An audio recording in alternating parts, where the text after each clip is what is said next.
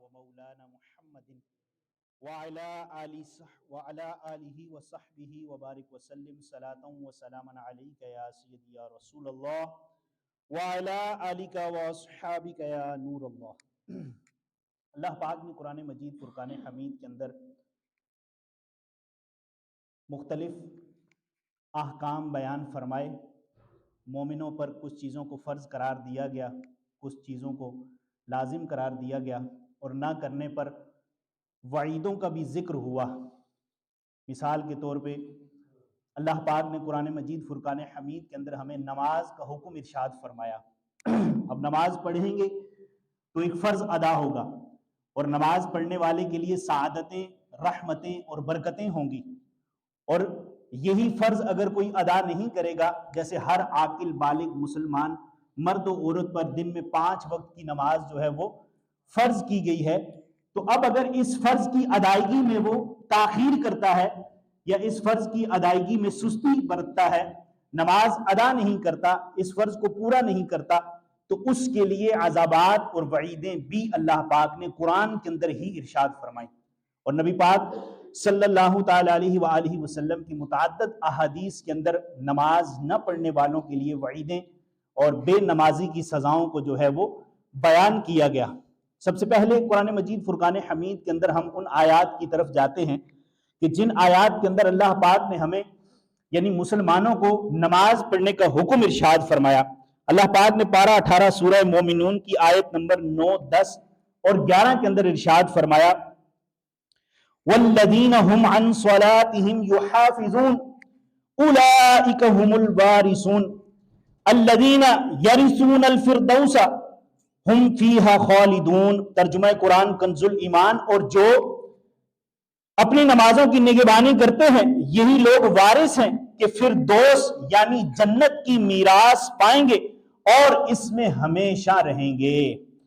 اللہ پاک نے قرآن مجید کے اندر نماز کی تاکید ارشاد فرماتے ہوئے پارہ 16 سورہ طٰہٰ کی آیت نمبر 14 میں ارشاد فرمایا، وَأَقِمِ الصَّلَاةَ لِذِكْرِي۔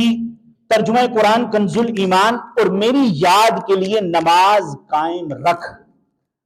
اسی طرح مزید پارہ 5 سورہ نساء کی آیت نمبر 103 میں اللہ پاک ارشاد فرماتا ہے، إِنَّ الصَّلَاةَ كَانَتْ عَلَى الْمُؤْمِنِينَ كِتَابًا مَوْقُوتًا۔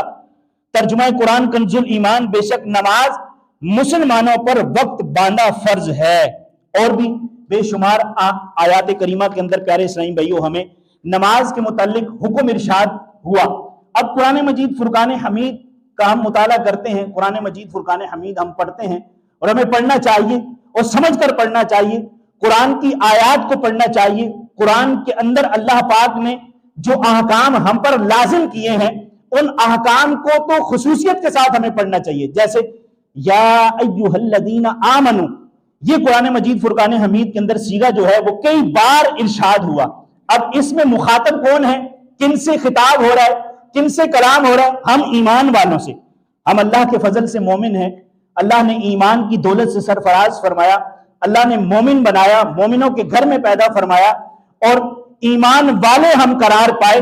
تو جو چیزیں ہمیں ایمان والا ہو کر کرنی ہیں، جن احکام کا اللہ پاک نے قرآن مجید فرقان حمید کے اندر ہمیں ارشاد فرمایا ہے، اس میں یا ایھا الذین آمنوا ان صیغوں کے ساتھ اللہ پاک نے جو احکام ارشاد فرمائے ہیں ہمیں یہ احکام زبانی یاد ہونے چاہیے۔ قرآن مجید فرقان حمید کے اندر جو اللہ پاک نے پارہ 1 سے لے کر پارہ 30 تک پورا قرآن مجید فرقان حمید ہم پڑھتے ہیں، پڑھیں تو اس پورے قرآن مجید فرقان حمید کے اندر جہاں جہاں یا ایھا الذین آمنوا کہا گیا، یہاں خاص ہمیں مخاطب ہیں، یہاں خاص ہمیں پکار کر، ہمیں بلا کر یہ ارشاد فرمایا گیا کہ اے ایمان والو نماز پڑھو، اے ایمان والو زکوٰۃ دو، اے ایمان والو روزے رکھو، اے ایمان والو رشتہ داروں کے ساتھ اچھا سلوک کرو، اے ایمان والو والدین کے ساتھ حسن سلوک کرو، اے ایمان والو جھوٹ نہ بولو، اے ایمان والو غیبت نہ کرو، اے ایمان والو بہتان نہ باندھو، اے ایمان والو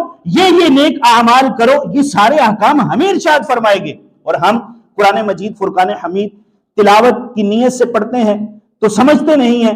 اگر تلاوت کی نیت سے پڑھیں گے ثواب تو ہوگا، اور ضرور ہوگا۔ قرآن مجید فرقان حمید کو دیکھنا، پڑھنا، اس کی زیارت کرنا، یہ سب ثواب کا کام ہے۔ ایک ایک لفظ کے بدلے میں، ایک ایک حرف کے بدلے میں 10 نیکیاں عطا کی جاتی ہیں۔ لیکن اگر اسی قرآن کو ہم سمجھ کر پڑھیں گے، اس قرآن کے اندر اللہ نے ہمیں کیا ارشاد فرمایا ہے، یہ اگر ہم پڑھیں گے تو انشاءاللہ عز و جل ہماری زندگی سنور جائے گی۔ آج ہم ناکامی کی طرف کیوں ہیں؟ کہ ہم قرآن سے دور ہیں۔ آج ہمیں جو ہے وہ اپنی زندگی کے اندر ناکامیاں کیوں نظر آتی ہیں؟ معاش کے مسائل ہیں، دیگر مسائل ہیں، یا ہم جو ہے وہ پریشانی کے اندر گرے ہوئے ہیں، غم، گھبراہٹ، پریشانی اتنی بڑھتی چلی جا رہی ہے کہ ہر بندہ دوسرا جو ہے وہ پریشان نظر آتا ہے۔ دکھیاری امت اس وقت دکھوں میں مبتلا ہے۔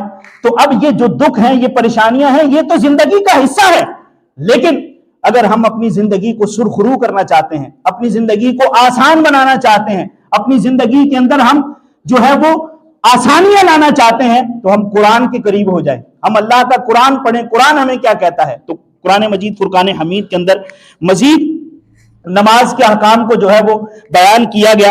اللہ پاک نے نماز کا ہمیں حکم ارشاد فرمایا، اور پارہ 29 سورہ معارج کی آیت نمبر 34 اور 35 میں ارشاد فرمایا، ترجمہ قرآن کنز الایمان، اور جو اپنی نماز کی محافظت کرتے ہیں جنہیں جنت میں اعزاز ہوگا، جو اپنی نماز کی محافظت کرتے ہیں انہیں جنت میں اعزاز حاصل ہوگا۔ اور نماز جو ہے یہ اللہ پاک کی خوشنودی کا سبب ہے۔ مکی مدنی مصطفیٰ صلی اللہ تعالی علیہ وسلم کی آنکھوں کی ٹھنڈک ہے، نماز انبیاء کی سنت ہے، نماز اندھیری قبر کا چراغ ہے، نماز عذاب قبر سے بچاتی ہے، نماز قیامت کے دن دھوپ کا سایہ ہے۔ جو 50,000 سالہ دن ہوگا، اس 50,000 سالہ دن میں سورج کے بارے میں بھی ہم نے حدیث میں پڑھا کہ سورج 1.25 میل پر رہ کر آگ برسا رہا ہوگا اور زمین تانبے کی ہوگی۔ اس وقت کوئی چیز کام آئے گی تو وہ بندے کی نماز ہے۔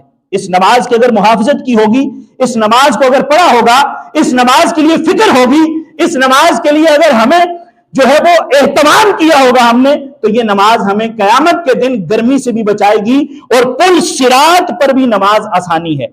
نماز نور ہے، نماز جنت کی کنجی ہے، نماز جہنم کے عذاب سے بچاتی ہے، نماز سے رحمت نازل ہوتی ہے۔ اللہ پاک بروز قیامت نمازی سے راضی ہوگا۔ نماز دین کا ستون ہے، اور نماز سے گناہ معاف ہوتے ہیں۔ نماز دعاؤں کی قبولیت کا سبب ہے۔ آج ہماری دعائیں قبول نہیں ہوتی، ہم کہتے ہیں یار دعا قبول نہیں ہوتی، زبان کے اندر وہ تاثیر نہیں ہے کہ اللہ کی بارگاہ میں دعا کریں اور قبول ہو جائے۔ اب یہ بھی ایک پورا موضوع ہے دعا کی قبولیت کا، لیکن بسا اوقات بندے کو دعا کی قبولیت میں جلدی ہوتی ہے، کام ایسا ہوتا ہے، پھنسا ہوتا ہے، پریشانی ہوتی ہے، دن بدن جو ہے وہ پریشانی بڑھتی چلی جا رہی ہے، دعا کر رہے، دعا قبول نہیں ہو رہی۔ تو کہیں یہ سبب تو نہیں کہ ہم نمازیں نہیں پڑھ رہے، ہم نماز سے دور ہیں، ہماری نماز فجر جو ہے وہ ادا نہیں ہو رہی۔ ایک شخص کے بارے میں حدیث مبارکہ میں فرمایا گیا کہ وہ ساری رات سوتا تو ہے، وہ سویا ہوا ہے، لیکن وہ ساری رات سوئے ہوئے بھی گناہ کر رہا ہے۔ عرض کی گئی یا رسول اللہ یہ کون سا گناہ ہے کہ سوئے ہوئے بھی اسے جو ہے وہ گناہ مل رہا ہے؟ سویا ہوا، اب سویا ہوا بندہ وہ گناہ تو نہیں کر رہا، وہ مکلف ہی نہیں ہے، سویا ہوا۔ آقا صلی اللہ تعالی علیہ وسلم نے ارشاد فرمایا ایسا بندہ کہ جو رات کو اس نیت سے نہ سوئے کہ صبح فجر کی نماز ادا کرنی ہے، اس کا اہتمام نہ کرے، الارم نہ لگائے، یا کسی کو کہا نہ ہو کہ مجھے نماز کے لیے جگانا، اس نیت سے سو گیا کہ صبح جس وقت چاہوں گا اٹھوں گا، صبح چھٹی ہے، چلیں سنڈے ہے، آج تو لیٹ جو ہے وہ دن کو اٹھوں گا۔ اب ایسی نیت کے ساتھ سونے والا ساری رات گناہگار ہے۔ وہ رات کو سویا ہوا تو ہے، اب نہ نیکی کر رہے نہ گناہ کر رہے، لیکن اس کے نامہ اعمال میں گناہ لکھے جا رہے ہیں، اس وجہ سے کہ وہ اس نیت سے نہیں سویا کہ صبح فجر کی نماز ادا کرنی ہے۔ اللہ پاک ہمیں اپنی نمازوں کی محافظت کی توفیق نصیب فرمائے۔ نماز کی توفیق یہ توفیق الہی ہے پیارے اسلامی بھائیوں۔ مال کا ملنا، کثرت کے ساتھ پیسے کا آ جانا، کثرت کے ساتھ عزت کا آ جانا، یہ کمال نہیں ہے۔ کمال یہ ہے کہ عبادت کتنی کر رہے ہیں۔ مال تو اللہ کافروں کو بھی عطا فرماتا ہے، مال تو اللہ پاک گناہگاروں کو بھی دیتا ہے، مال تو اللہ پاک نیکوں کو بھی دیتا ہے، گناہگاروں کو بھی دیتا ہے، لیکن کمال اس چیز کا ہے کہ عبادت کی توفیق اللہ کس کس کو عطا فرماتا ہے۔ ہم عبادت سے کتنا قریب ہیں، ہم نمازیں کتنی پڑھتے ہیں، ہم اللہ کی یاد میں کتنا جو ہے وہ روتے ہیں۔ اللہ والے نیک لوگ، ان کی زندگی، ان کی سیرت ہم پڑھتے ہیں تو ان کی سیرت کے اندر ہمیں نمازوں کی محافظت، ان کی سیرت کے اندر جھوٹ سے دوری، غیبت سے دوری، چغلی سے دوری، بہتان سے دوری، اور معاشرے کی جو بگڑتی ہوئی برائیاں ہیں، بے حیائی ہے، فحاشی ہے، عریانی ہے، بے پردگی ہے، آج کل جو ہے وہ بازاروں کی جو ایک جو سمجھے کہ گناہوں کی دلدل ہے بازاروں کے اندر، اس چیز سے نیک لوگ دور ہوا کرتے تھے، اور یہی وجہ تھی کہ ان کی زندگی سرخرو تھی، وہ اپنی زندگی میں کامیاب تھے اور کامیاب ترین افراد کہلایا کرتے تھے۔